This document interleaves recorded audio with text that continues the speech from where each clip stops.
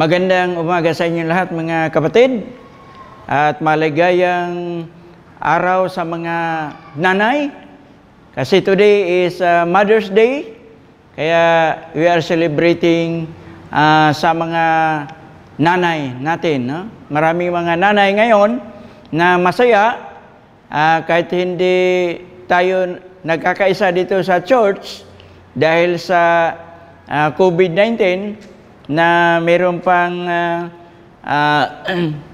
bawal na magkaroon ng mass gathering. Kaya kahit sa mga tahanan tayo, ang mga nanay natin ay masaya. Nais po natin na i-greet ang lahat ng mga nanay na nandyan sa mga tahanan. Happy Mother's Day 2020. Okay. So, kaninang umaga may tumawag sa akin na isang nanay at sinabi ko sa kanya na Happy Mother's Day at natutuwa din siya dahil matagal nang hindi niya nakita yung ating mga kapatiran dito sa loob ng iglesia. Tumawag na lang siya, meron ding chat sa akin at gi-greet ko rin sila na Happy Mother's Day. So, yun ang ating buhay sa ngayon na itong pagdiriwang natin napakahirap dahil hindi tayo nagkita dito sa loob ng iglesia, hindi katulad sa nakalipas na mga taon na napakasaya natin. Pero kahit ganun pa naman ang nangyari, masaya pa rin tayo dahil ang ating kasiyahan sa paglilingkod naman sa Panginoon, hindi naman sa kapwa-tao. Okay? That is number one. So ang ating message mamaya, makita natin sa Ephesians, no? Chapter 5, verse 22 to 25. Pero bago natin pakinggan ang salita ng Diyos, meron muna akong basahin na isang tula para sa mga nanay. Itong tula ay hindi naman ako nagtutula, pero subukan ko na basahin at gawin kong may buhay itong tulang ito. Iba kasi yung mga nagtutula, may gift sa pagtutula. Yung mga poets talaga, napakagaling magsalita. Tingnan natin at aking pagbabasahin. Ito yung matagal na itong na isulat ko at isa'y clippings ko kung mayroong mga ganitong pagkataon na Mother's Day, binabasa ko ito at may iba-iba pa. Pinili ko lang itong isang bahaging tula na to para sa ngayon na 2020. Ito ang sinabi, ang title nito, Ina. Ina ka ng tahanan. Ilaw ang iyong katumbas. Tahanan ay magdidilim kapag wala ang liwanag. Ikaw ang nagbibigay ng maningning na iyong sinag. Napakalaking katungkulang nakaatang sa balikat. Ina, ikaw ang siyang pangunahin bilang guro na itinalaga ng Diyos sa tahanan ay magtuturo. Ang mga katungkulan mo, gawin ng buong puso sa asawa at mga anak upang di ka mabibigo. Nanay ang tawag sa iyo ng iyong sintang anak. Sa pagdinig ay kay lambing, pakinggan ang isang tawag. Kahambing mo'y kaaliwan, tagumpay ang iyong gawad. Sa bawat umaasa sa pag-ibig mong gawad. Nanay, inang, o ina ko, sa dusa't paghihirap, ang daing mo'y haplas, lakas ang siyang katumbas. Mga dalangin mo sa Diyos, araw-araw kong pangarap, upang ako'y huwag maligaw sa landas kong tinatahak. Anak mo akong iyong isinilang, sasang maliwanag, dinadala sa sinapupunan sa buong pag-iingat, sa loob ng 9 na buwan, dala-dala ng pangarap, ngayon ako'y naririto kasama-sama sa iyong landas. Ako, ina, nang sumilang, inaruga sa iyong palad, pinalaki, ipinag-aral upang matupad ang pangarap. Ngayong ako'y malaki na, sa tabi mo ako'y hangad. Maging tungkod mo ako sa malayo mong paglalakad. Napakaganda sa mga salita ng ating narinig, nabasa tungkol sa isang poem para sa mga nanay. Ang mga nanay ay malaki ang kanilang tungkulin sa kanilang mga tahanan o sa kanilang sarili. Napakahirap ang buhay ng isang nanay. Siyempre, ang isang nanay, hindi lamang sa kanyang personal na pangangailangan, kundi sa buong pamilya. Malaki ang kanyang tungkulin bilang nanay sa kanyang pamilya, sa kanyang tahanan. Kaya mabasa natin sa Bible, sa Efesos 5, umpisa sa versikulo 22, ang sinabi dito ni Apostol Pablo, "Wives, submit to your husbands as to the Lord." So, ang mga nanay, siyempre, mga asawa sila, wala naman sigurong nanay na walang asawa, o kung yung kanilang asawa ay wala, o baka mga byuda na sila, o yung mga single mom na mga nadisgrasya, at sila rin ay mga nanay na dapat mailagay sa kanilang puso yung kanilang tungkulin. So yung mga nanay, tinutukoy dito ni Apostol Pablo, yung mga nanay na may mga asawa, sabi to, submit to your husbands as to the Lord. So i-submit natin, no? Ibigay natin sa ating mga asawa na lalaki. Kasi yung asawa kasi sa Tagalog, pag sinabi asawa, pwede asawang babae, asawang lalaki. Sa Bisaya, pag asawa, tinutukoy babae. Kasi ang lalaki sa Bisaya, bana. Sa English, alam natin, pag wife, babae. Pag husband, lalaki. Ito kasi, pag sa Tagalog, idugtong mo pa kung sinong tinutukoy, asawang babae, asawang lalaki. So, ang asawang babae, you have to submit to your husband.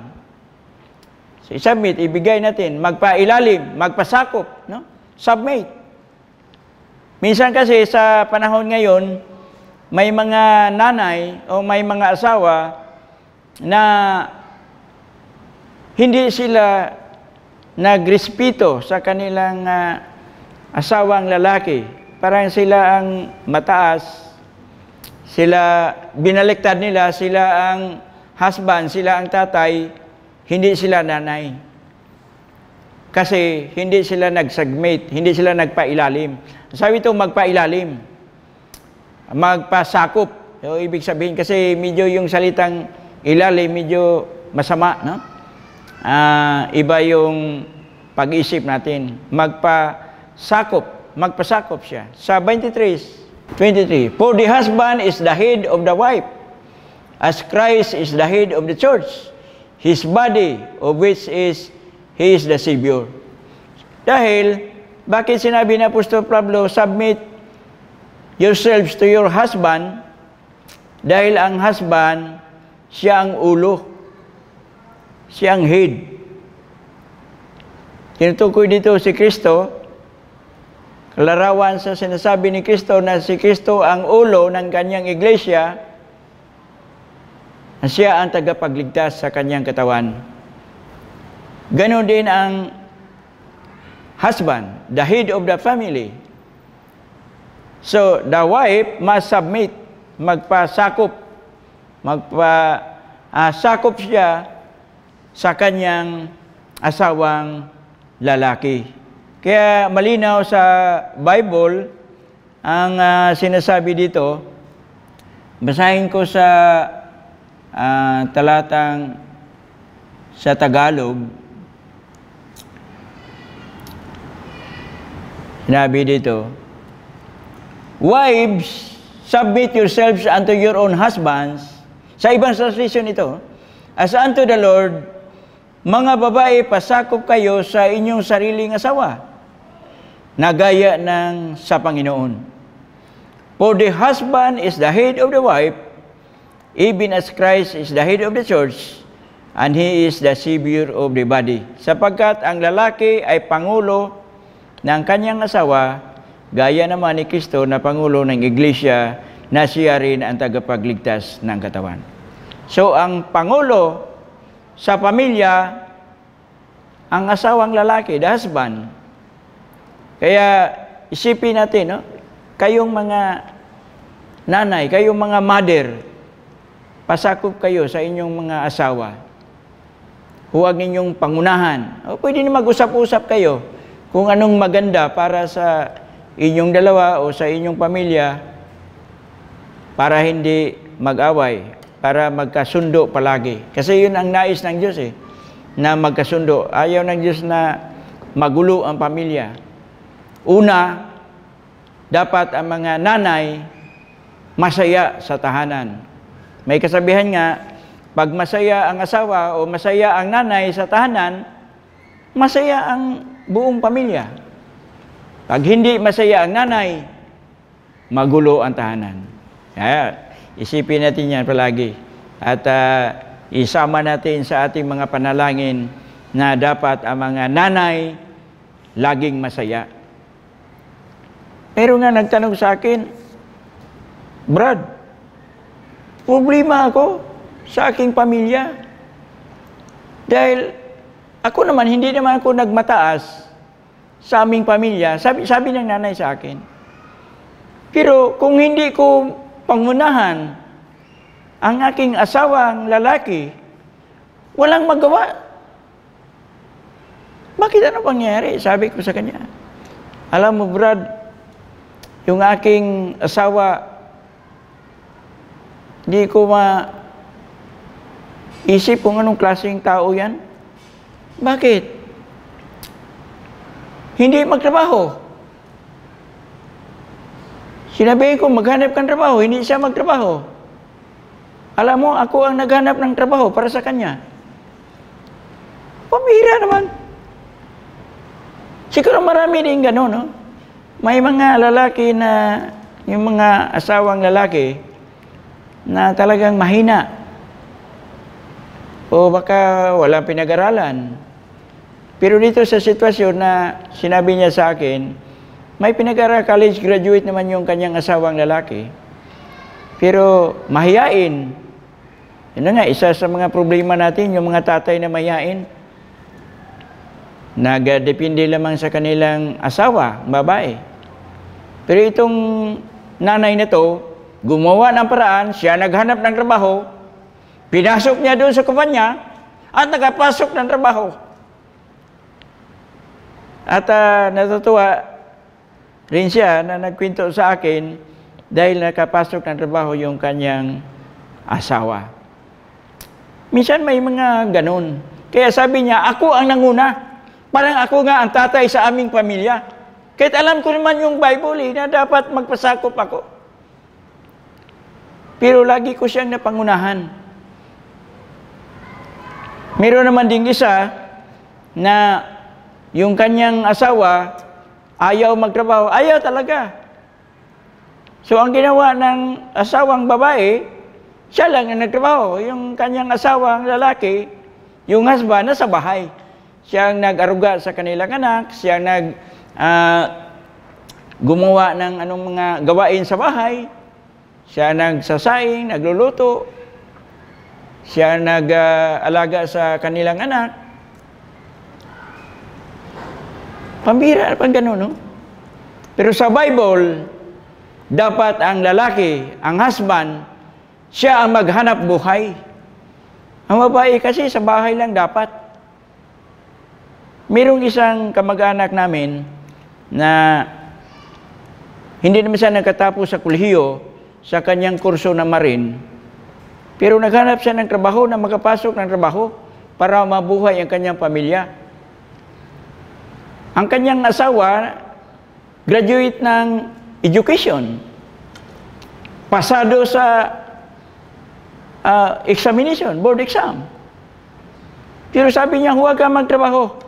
Ayaw kong ganon. Sundin ko yung Bible kasi Christian eh. Diyan ka lang sa bahay, mag-alaga ka sa mga anak natin. At kung ano pang gawaing pangbabae, nandito ka. Huwag kang hanap ng trabaho. Ako ang maghanap, tungkulin ko yun. Oo nga, ginawa nga niya eh. Kumanda naman kanilang buhay. Biblical yan.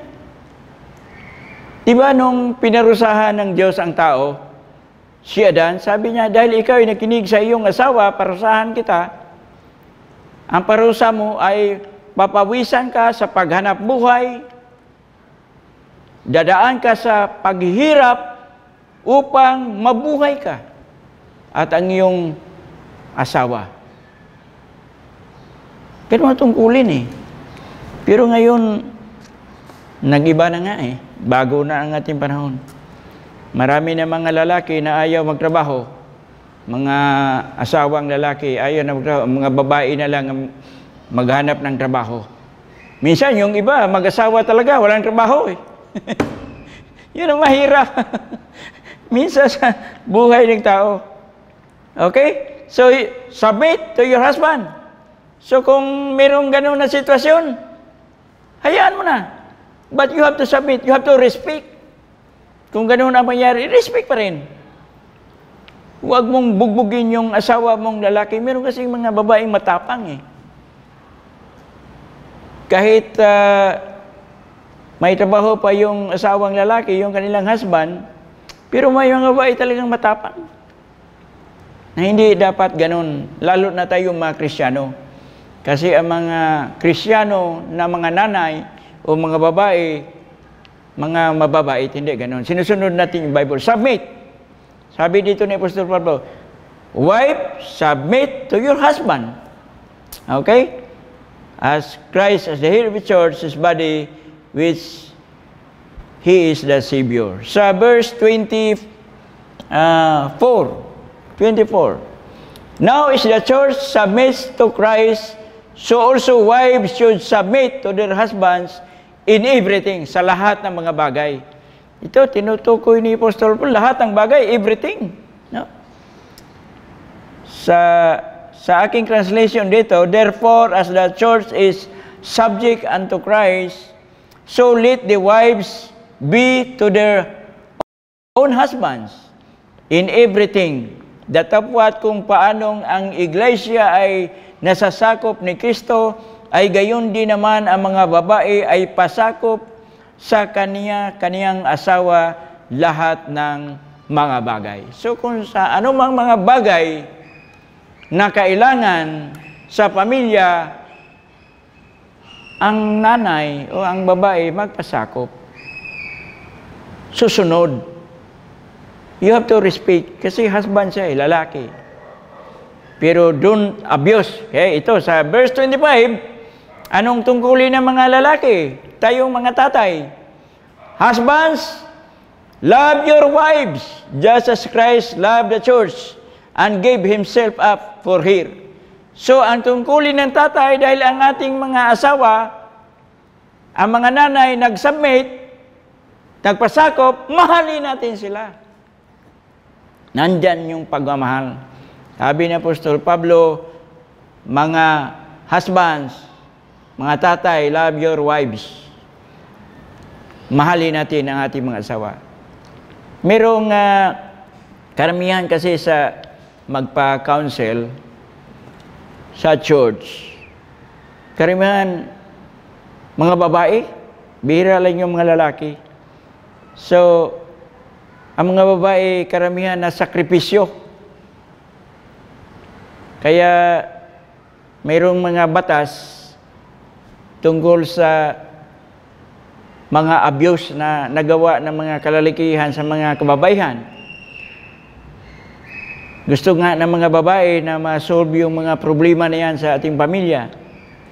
Mayroong grupo sa mga kababaihan, yung Gabriela, na marami namang mga babae, hindi lamang mga Kristiyano, kundi sa mga hindi Christians, na nais nila na ang kasal, ang pagkasal hanggang 5 taon na lang, may lisensya na.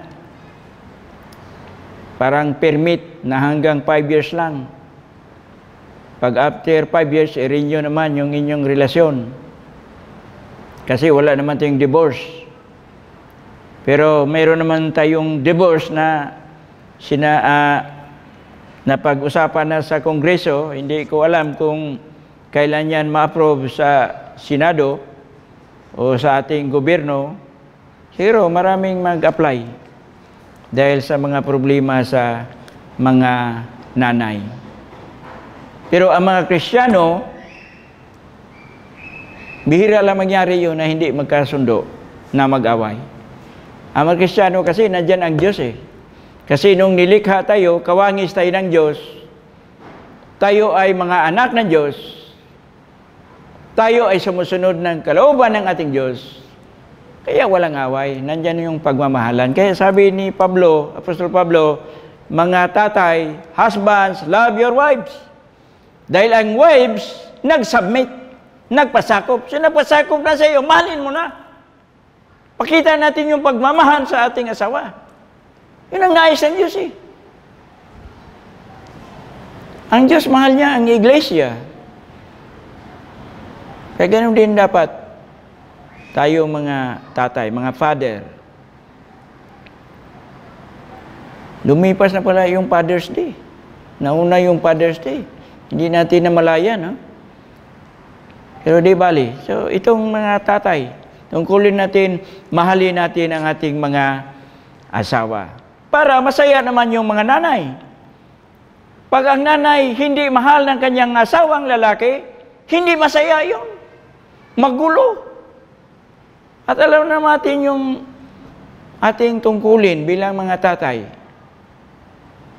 Paano natin mahalin yung ating mga asawa? Yung mga nanay, mahalin natin. Sabi nga, may mga tatay na kalimutan nila na bumili ng lipsticks. O yung mga tatay, huwag nyo kalimutan, bili ka ng lipsticks. Para may kulay naman yung lips ng inyong mga asawa. Karamihan sa mga tatay, doon tumitingin sa mga lips na pula sa labas. Pag may dumadaan, saan yung asawa mo?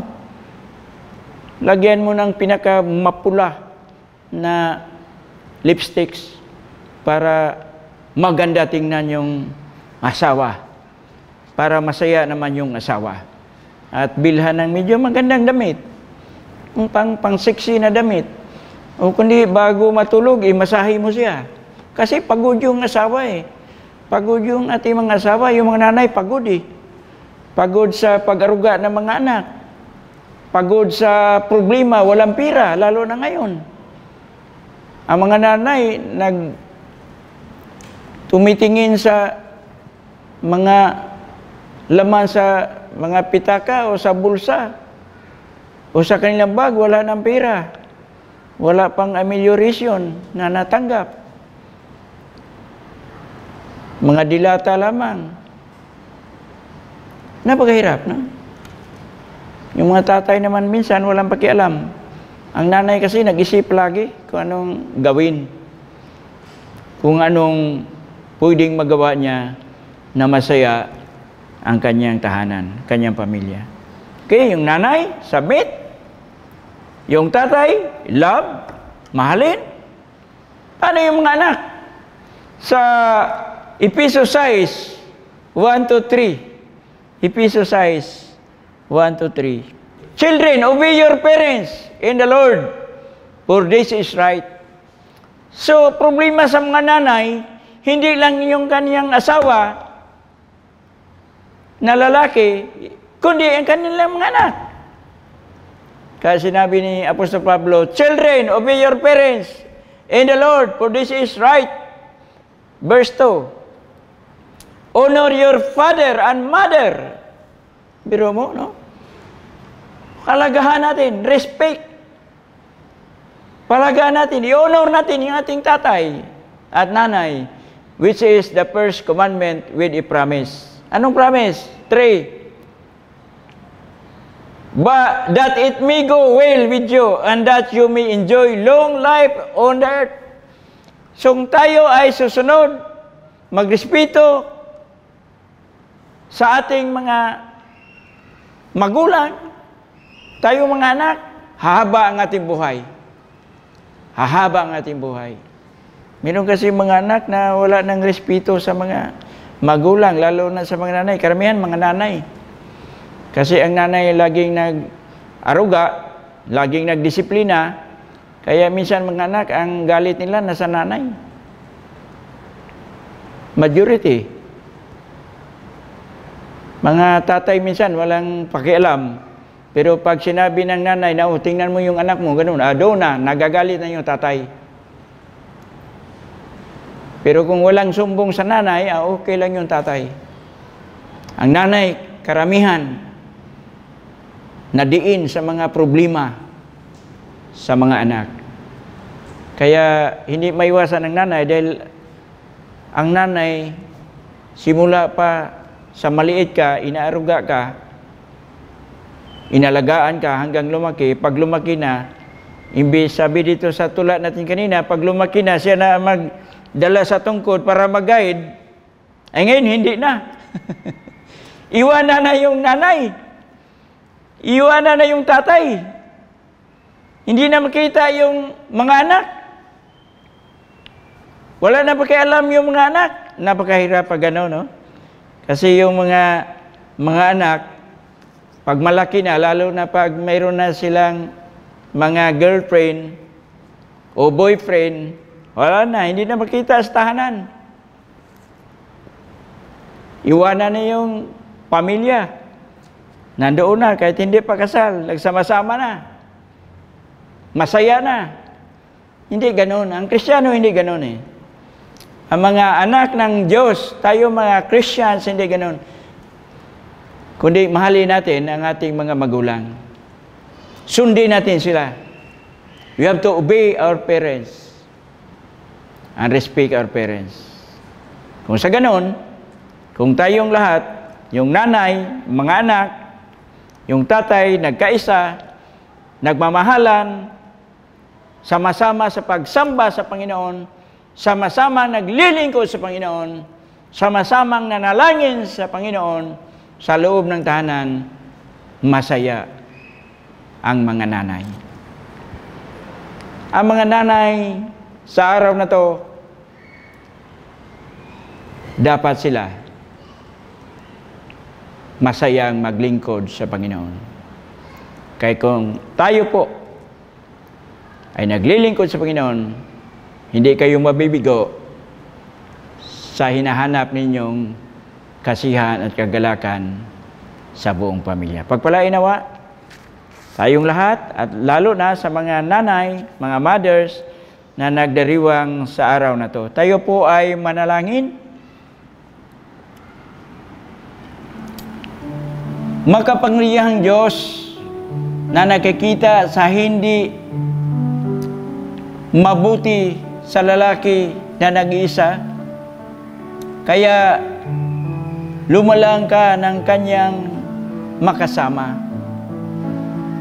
Diyos namin na makapangyarihan, salamat po sa bawat ina, mula kay Iba, ang kaunaang ina, at sa mga inang ito, pagpalain mo po, pag-ingatan mo po ang kanilang buong buhay.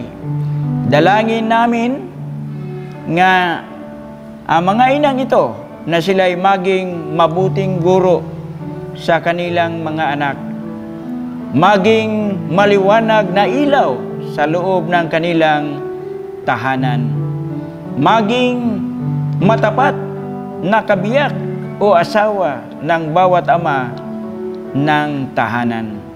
Dalangin namin na sila'y maging matatag sa panindigan na may kabanalan at buhay, maging masipag sa loob at labas ng kanilang tahanan. Dalangin namin sa mga inang ito na sila'y maging mabuting Kristiyano bilang anak ng kaliwanagan, na sila'y pinagpala at ang bawat gawa nila ay iyong pagpalain. Pagpalain mo nawa, Panginoon, hindi lamang ang kanilang mga plano na ito'y matutupad sa kanilang mga tahanan, bagkus ang buong pamilya, gabayan mo po.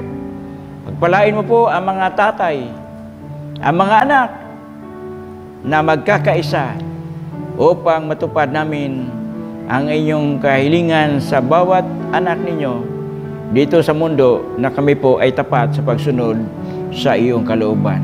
Patawarin mo po kami sa aming mga kasalanan na aming nagagawa, sa aming mga pag-iisip, sa aming mga salita at sa aming mga kilos, Panginoon.